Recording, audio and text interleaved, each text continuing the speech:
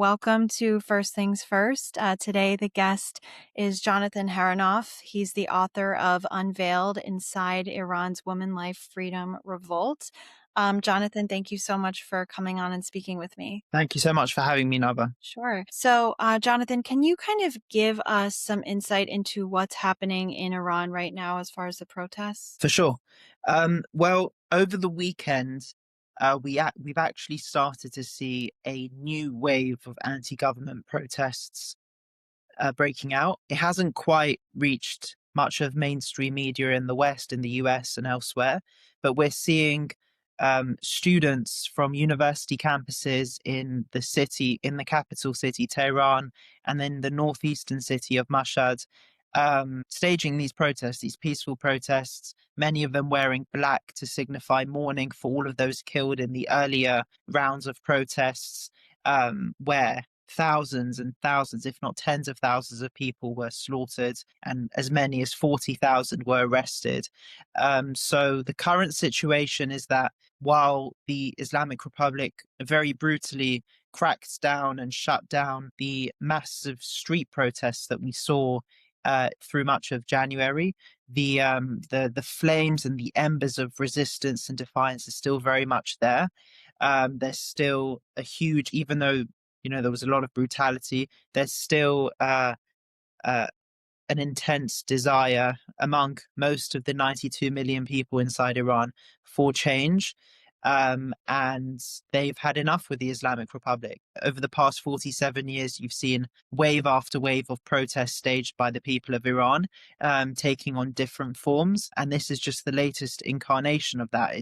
It's a outright rejection of what the Islamic Republic stands for and how it's deviated from serving the people to serving its own interests and arming and funding terrorism abroad. And the people of Iran don't want that. They want to live a life of prosperity, of peace for themselves, for their families. They want to be able to afford food on the table, have water to drink. And these are very basic necessities that many of them simply don't have at this stage. And what prompted this most recent wave of protests? Because this began again before this past weekend. Yeah, so every time you see another outburst of protest, there's usually a singular trigger, that like a singular spark that triggers a much greater wave of protest. So at the end of December, that trigger was economic in nature, whereas the topic of my book, Unveiled, the spark was very much the killing of a young Iranian Kurdish woman, Mahsa Jina Amini. Whatever the spark is, that usually triggers a mass unrest that encapsulates economic, social, environmental, foreign policy grievances all combined into one. In the most recent wave that you mentioned, it was economic in nature. The rial, Iran's currency, lost more than 90% of its value since 2018. Inflation hovering 50%, if not higher, on a very regular basis. Employment very high. And you saw in Tehran's bazaar, many merchants staging walkouts, protests, strikes. That accumulated into something much greater, where other people started taking part and airing their own grievances, whether it was the country's the regime's plundering of the country's natural resources, the fact that there have been water shortages, gas and electricity shortages for so long, the fact that the Islamic Republic has been investing billions and billions of dollars in funding and arming proxies abroad at the expense of ordinary Iranians having food on the table. So there are a whole load of different grievances, and that's what happened this most recent wave. But what was very different, I think, even though there were similarities in terms of a singular spark triggering something much greater, the key difference this time was that the crackdown was unprecedented in scale. January 2026 was the bloodiest month in the Islamic Republic's history, where an unprecedented number of people were executed, disappeared, injured, and it's you often hear commentators talking about how the Islamic Republic is weak and on the brink of collapse or has collapsed. And sometimes it seems a bit premature, but what I think is undeniable is that even if the Islamic Republic has been crippled militarily and can't strike its enemies like Israel or the United States the way it once might have been able to because of last year's operations, Midnight Hammer and Rising Lion, they still have the resources, the manpower, the arms to repress their own people. And that's something that you certainly see a spike of. When they can't attack other countries, they usually point their guns on their own people. And and that was something that was unprecedented this time around. The scale of brutality, the sustained internet shutdowns to conceal what was really happening, that was really quite um, terrifying and unprecedented in scale and scope. And for these representatives that are running the Islamic regime, like, what is the psychology of these type of people who clearly cannot run a country? It's not just that they're ideologues and that they're fanatics who want to kill their own people, but they clearly just can't run a country. People are starving. People aren't able to afford basic necessities, basic food. So what is motivating them to be in these positions and hang on to power like this? Well, some of it may be ideological in nature, that they are absolutely committed to the foundational principles of the Islamic Republic, continue to do so, even though it functions as what one particular expert has described it as a zombie state, where it is very much dead in many aspects, but it refuses to budge, and it will do whatever it takes to sort of survive in this semi living state. But also because a lot of the people who do support the Islamic Republic, if it's not for ideological reasons, for financial reasons, benefit from a lot of the resources that are taken away from the vast majority of the population are, lining their own pockets. So there are many reasons why, and also because if they relent or give or cede power or make any kind of compromise, then that could put them in a precarious position. That could lead to them being, if there's some kind of leadership transition, government transition, then what would their future look like? And I can't imagine many of them would want to ponder that. But it's also why you have this phenomenon known as the dictator's dilemma that I spoke about in the book, where in many authoritarian regimes, the leader and his sort of inner circle are always faced with this question when there are revolts. Do they double down so that they can continue to survive, or do they consider making some kind of compromise?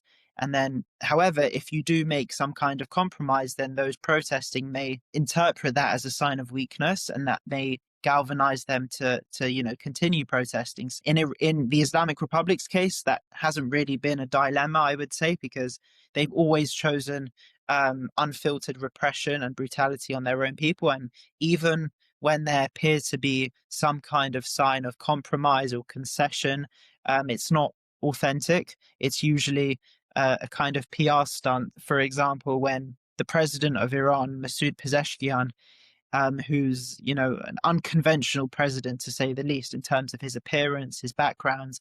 He doesn't have the beard and the robe like his predecessor Ibrahim Raisi. He's a trained surgeon. He's clean shaven. He's spoken about wanting to have greater relations with the West. He's spoken in the past about wanting to reduce the scope of the morality police. But the reality is the president of Iran doesn't have any power, and most of the, if not all of the power, rests with the supreme leader.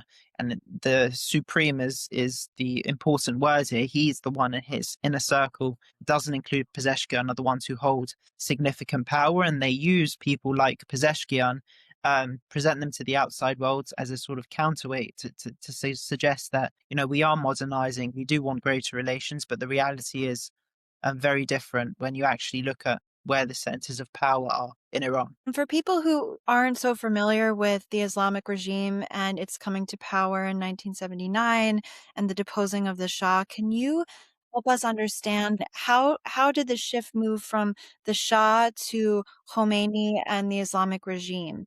How did he become the person who supplanted him? So the 70s or the late 70s in Iran, one of the most transformational periods in modern Middle Eastern history.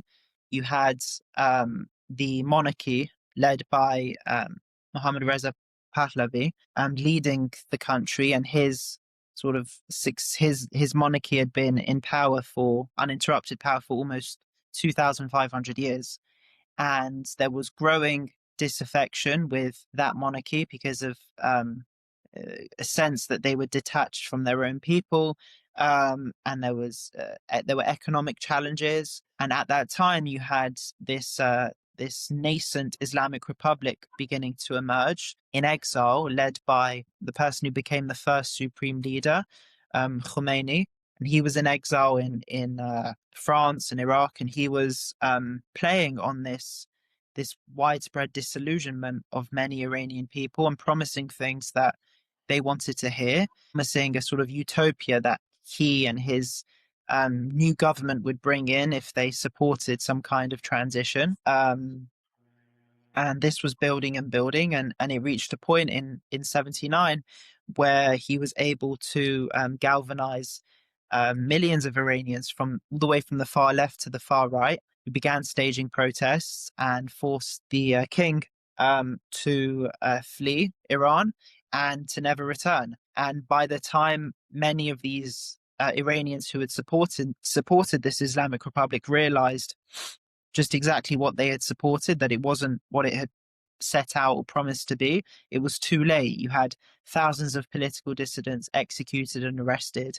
Women who supported the Islamic Republic quickly realized that there was a war waged on women. From day one, Khomeini and his cronies were trying to impose mandatory hijab laws and severely restricting every aspect of their life, not just what they wear, but how they travel, where they work, what they can say, um, curbing their rights when it comes to custody and inheritance and all sorts of things. So it was in that context that this Islamic Republic emerged, and ever since then they've used their core ideological pillars have consisted of brutal subjugation of women's rights, animosity towards Israel and the United States, and an open desire to eliminate the Jewish state of Israel, and those principles haven't changed ever since, and the guiding principle is this concept in Farsi where vilayat al-faqih, where it's the idea that the Islamic Republic and the supreme leader have this sort of God-given right to power that cannot be questioned, and that's been their sort of guiding principles ever since. But back to topic of women, sometimes there's a tendency to treat what happened in 2022, 2023 as a sort of isolated incident, that it just happened out of nowhere. But if you look back in the Islamic Republic's early history, you can see that from day one, women have been fighting back. They just didn't have a sort of protest movement that was focused solely on their lack of rights. But in 79, though, as I mentioned before, there was a push to introduce the mandatory hijab. The Islamic Republic came into being around February of 1979.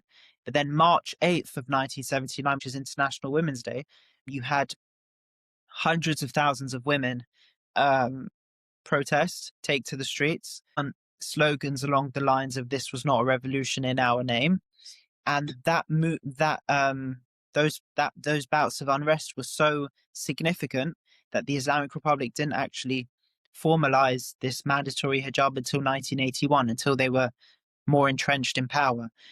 And ever since then, you've seen this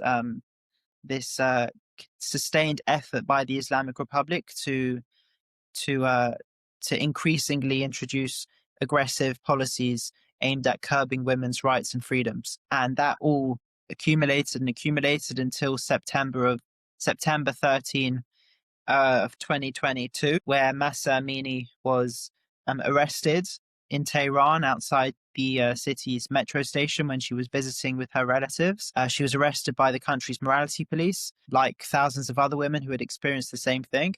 She was beaten to a pulp. She was taken to a nearby re-education center, where she was beaten. She fell into a coma, and 3 days later, she died after being declared brain dead. And her death and the violence that was inflicted on her sparked national and then international outrage, and it unleashed this pent up rage, decades and decades of rage of how women had been brutalized, and that's what made that movement so significant. And it's important, I think, for viewers and for students and those interested in what's going on inside Iran and its history to not treat each of these episodes of unrest as isolated incidents. They're not isolated at all. There's a running theme throughout many of them. And even if, one of them may be focused on women's rights and character or economic misery, they encapsulate the decades and decades of outrage that have been plaguing the Iranian people for so long. Certainly, and it's important that, you bring up women. Obviously, it's a key theme of your book as well as what's going on in Iran. I've noticed that there are certain commentators who report on Iran or who are in the Iranian diaspora who almost sort of whitewash what happens to women in Iran, saying, well, women are able to go to university, have jobs, things like that, be in the public space. Have you noticed that phenomenon as well? And what do you make of that? I think the right way of framing it is it's true that the Iranian men and the Iranian women are extraordinarily bright, very talented, and you can just see that when you look at like countries like the United States, how many Fortune 500 CEOs and leaders have Iranian background, and that's all the talent that could have stayed in Iran had that they or their families not been forced to flee. But I think the right way to look at that is that these women were able to achieve these things inside Iran despite all of the restrictions placed on them. I don't think it's correct to say that there are no restrictions or hindrances that are facing them. There are many, and these people are so extraordinary and so brave and so courageous that they're able to overcome those many restrictions. I like that framing a lot. And on the topic of the Iranian diaspora, amid all of this, Reza Pahlavi, the former Shah's son, has sort of risen to the forefront, and he's sort of positioning himself as the potential bridge between if the regime falls and maybe a constitutional monarchy or a democracy. He could be that bridge in between those two structures of governing a people. What do you think of all that? I had the opportunity to interview him for the New York Post and for the book as well. And there's no doubting that his his life goal, not just since December, but his goal throughout much of his life, ever since his father was deposed, is to bring about a better future for Iranian people and to replace the Islamic Republic with something much more positive that serves the people of Iran. What kind of role he would play, I think, is open for debate and is up to the people of Iran to decide. But I think whoever tries to sort of disparage the exiled crown prince or say that he plays no role, I think it's just inaccurate.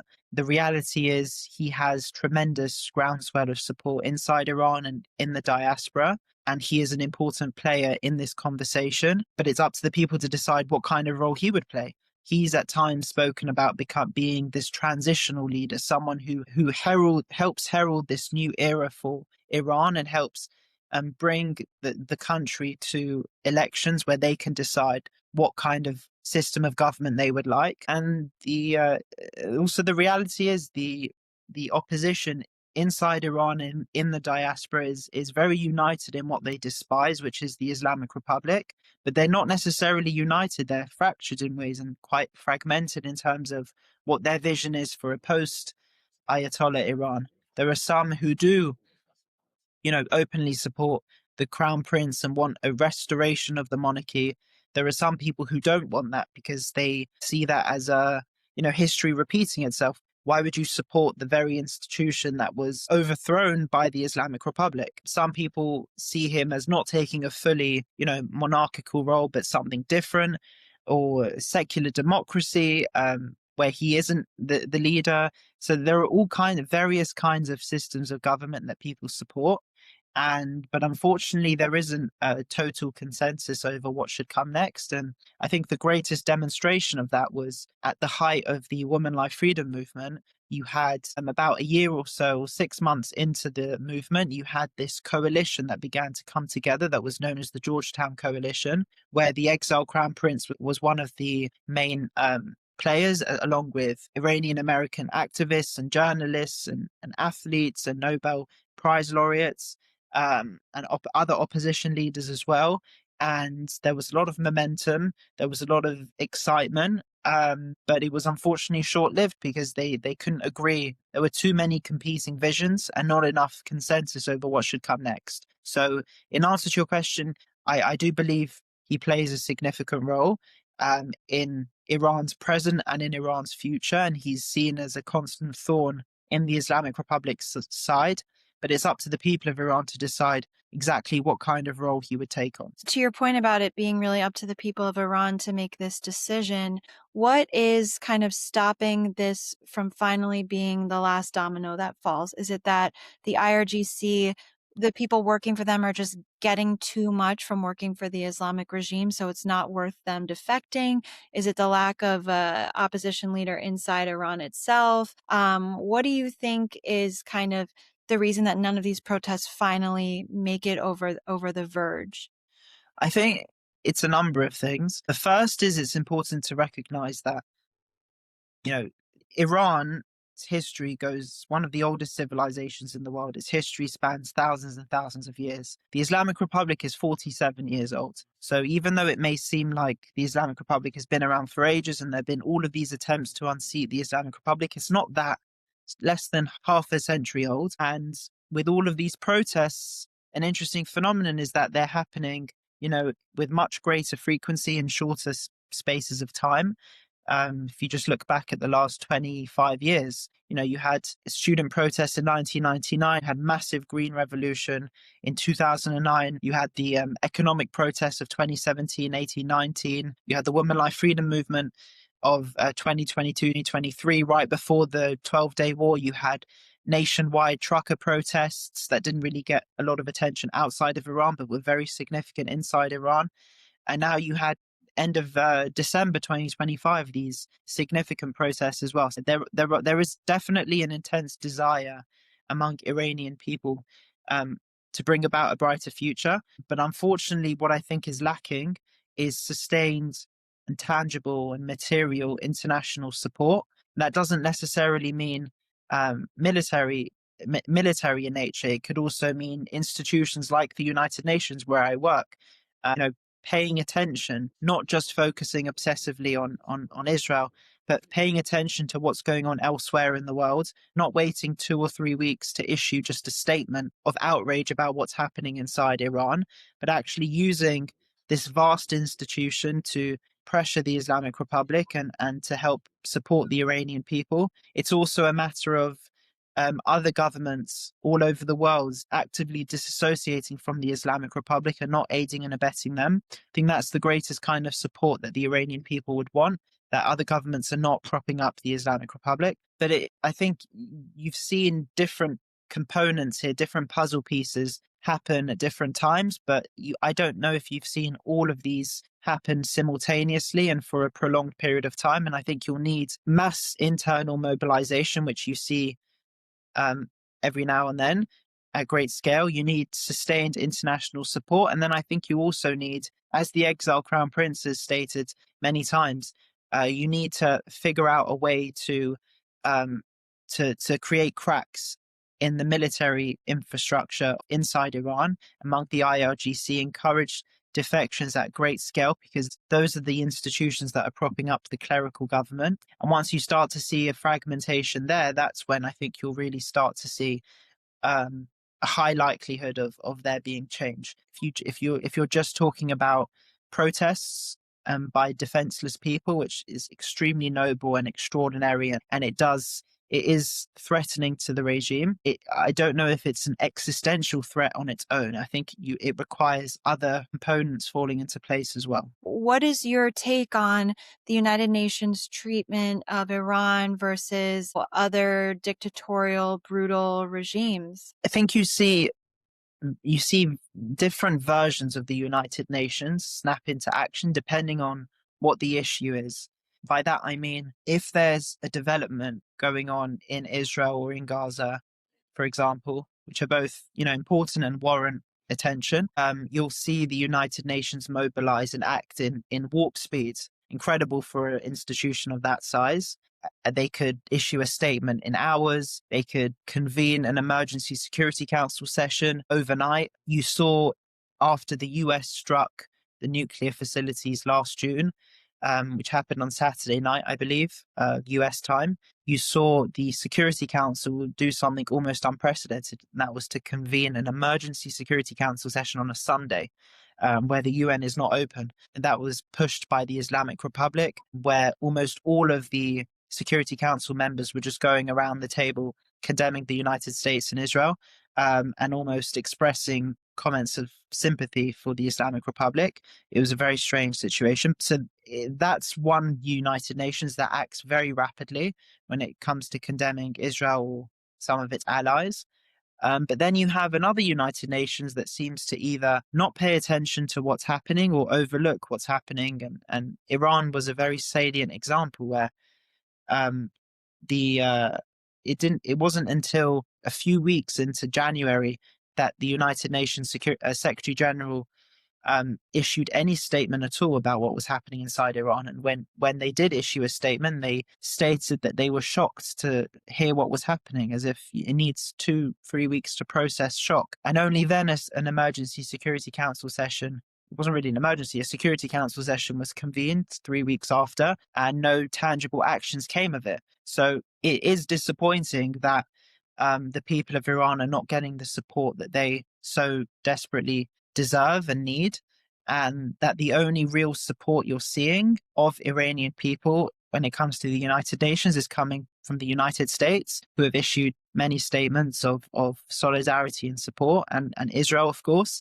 and a handful of other member states. But of the 193 member states in the United Nations, unfortunately, many of them have been disturbingly silent over what's happening there. What do you think of the United Nations treatment of Israel? I think, in the preceding decades, people thought that, talk of the UN's perceived bias against Israel was maybe propagandistic right-wing chatter, but I think in the last couple of years, more people on the left have come to see that the United Nations does seem to have, much like Iran, a fixation with Israel. What is going on there? Why is that happening?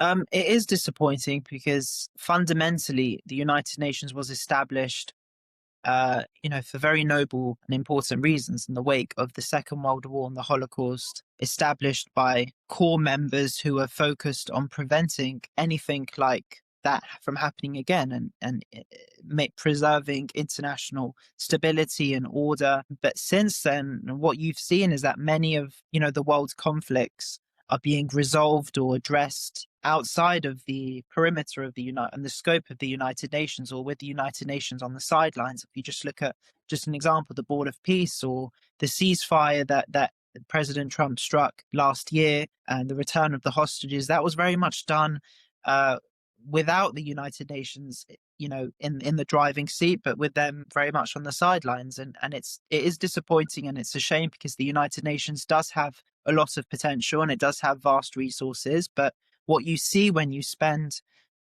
so much time at the UN is that a lot of these resources, a lot of this expertise and finances are being diverted elsewhere and really squandered. And you're seeing an obsessive focus on Israel, countless sessions focused on Israel without really any tangible outcomes. And those are oftentimes coming at the expense of other global issues. And this isn't like a right wing, left wing talking point. This is just a fact. There are plenty of news articles and statistics that highlight, every Security Council session or General Assembly session is logged, and it states what the focus of the meeting was. And it doesn't take an expert to get a sort of statistical overview of what the UN is focusing on and what it's not focusing on. And when you do that, it sometimes feels like the United Nations just consists of one member state, Israel.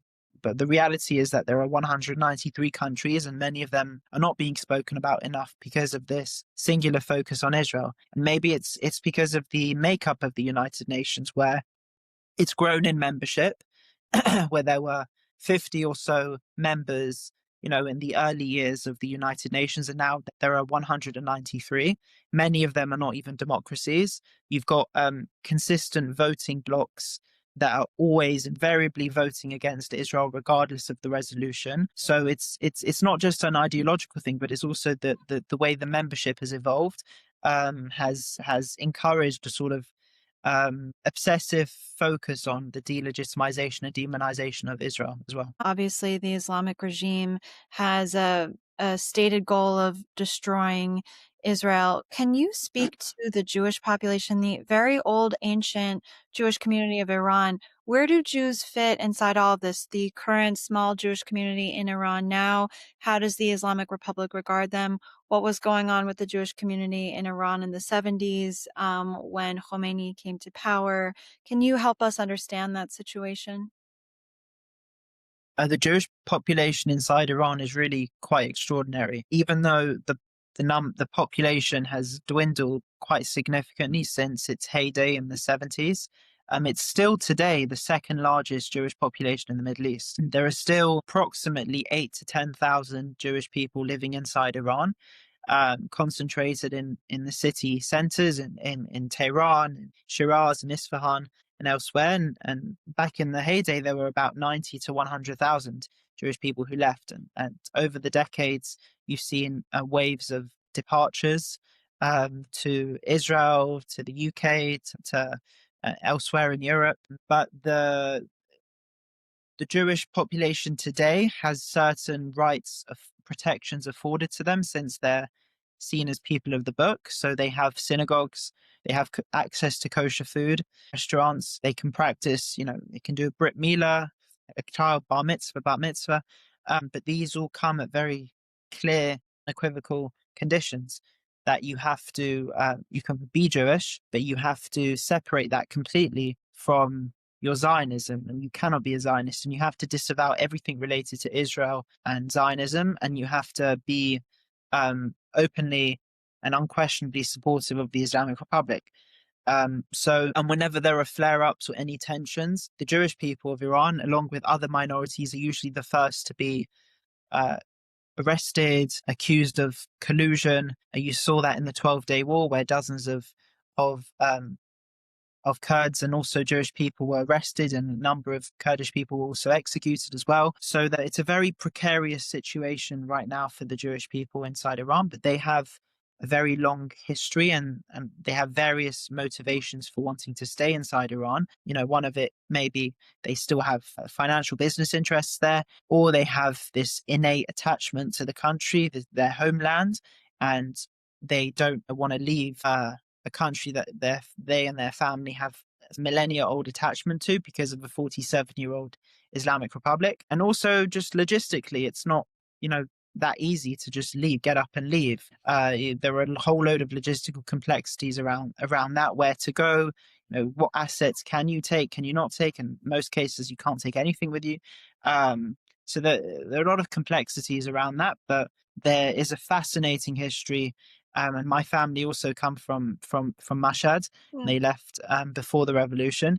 Uh, but whoever you speak to of Iranian Persian heritage, even if they've never been to Iran, you can always, in most cases, sense the same way many Jewish people speak of Israel, whether they've been to Israel. Many Iranian Jewish people speak of Iran in a similar way. They have this incredible love and attachment for this country that has been home and been a welcome home for them for thousands of years, going back to King Cyrus. Even if they've never been to Iran before, they have this attachment to this country that they hope they can return to one day. You can't judge it by one single moment in time or in history. Well, I've taken up so much of your time and this has been really illuminating. I'm wondering, in closing, right now we're kind of watching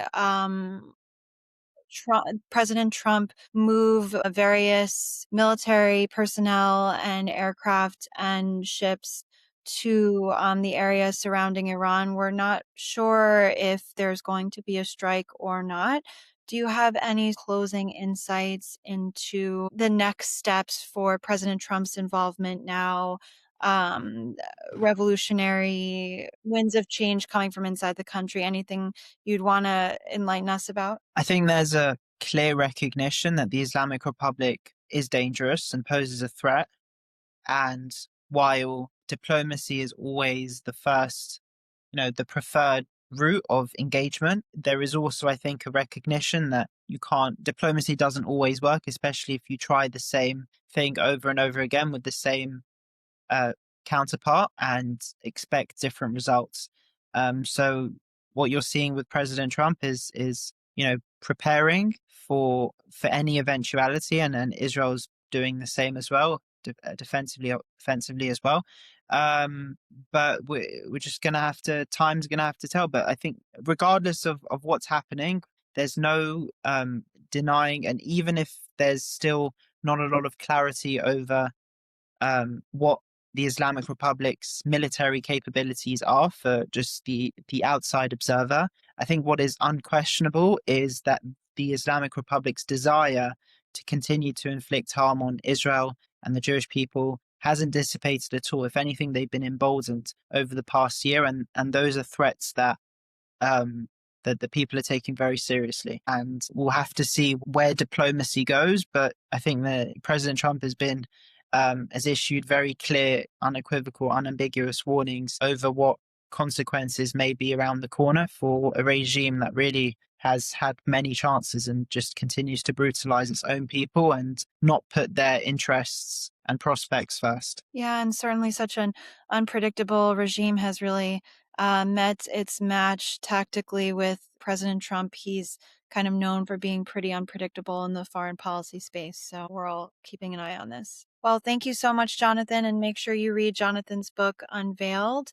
And thank you so much for coming on. Thank you so much for having me. It was great talking to you.